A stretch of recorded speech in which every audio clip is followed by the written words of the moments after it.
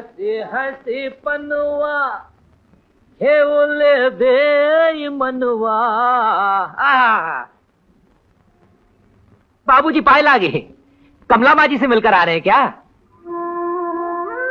रामचरण, इस घर की मालकिन कमला जी है। कबहू थी बाबूजी। समय समय की बात है।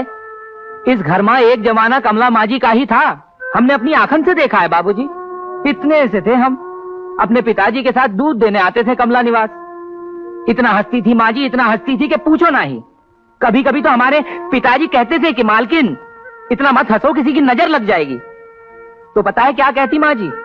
कहती, क्यों रे शिव प्रसाद, क्यों ना हंसूं? अरे हंसी तो भगवान की देन है, देन। और अब हंसी तो दूर, कमला माँ जी के चेहरे पे एक मुस्कान देखने को तरस गए बाबूजी। सचमुच किसी की नजर लग गई। बालियां तो चली गई बाबूजी, अब तो सिर्फ छेद रह गए कान के।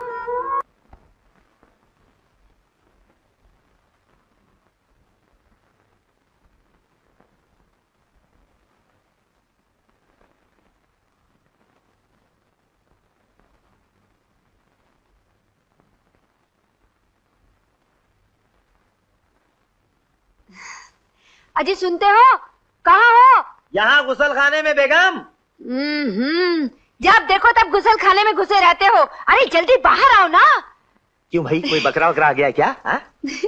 बकरे का क्या दिमाग खराब हो गया है कि शहर के सारे वकीलों को छोड़कर तुम्हारे पास आएगा खुदकुशी करने? अल्लाह। देखो हसीना, हमें इस बात का हमेशा रंज रहेगा कि आपने हमारे कानूनी जाहो जलाल की कभी कदर नहीं की। देखो जी, कसम खुदा की मैं तुम्हारी पूजा करूंगी।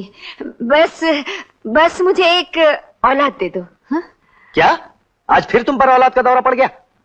भाई हसीना, तुमको कितनी बार समझा चुके हैं हम कि हमारी किस्मत में औलाद नहीं है।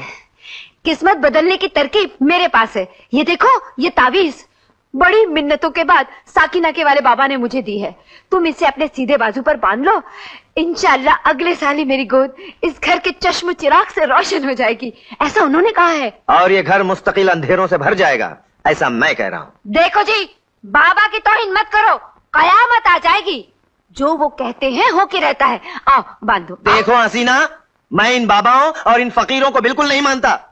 मुझे तो खुद अल्लाह ताला के वजूद पर भी शक है। अल्लाह तौबा थी। और वो इसलिए कि उन्होंने मुझ जैसे आला दिमाग वकील की अभी तक कदर व मदद नहीं की। तो तुम ये तावीज नहीं बांधोगे? हरगिज नहीं। ला हौल वला कुव्वत। ठीक है, मेरी भी जिद है कि जब तक तुम ये तावीज नहीं बांधोगे इस घर में चूल्हा नहीं जलेगा। वैसे भी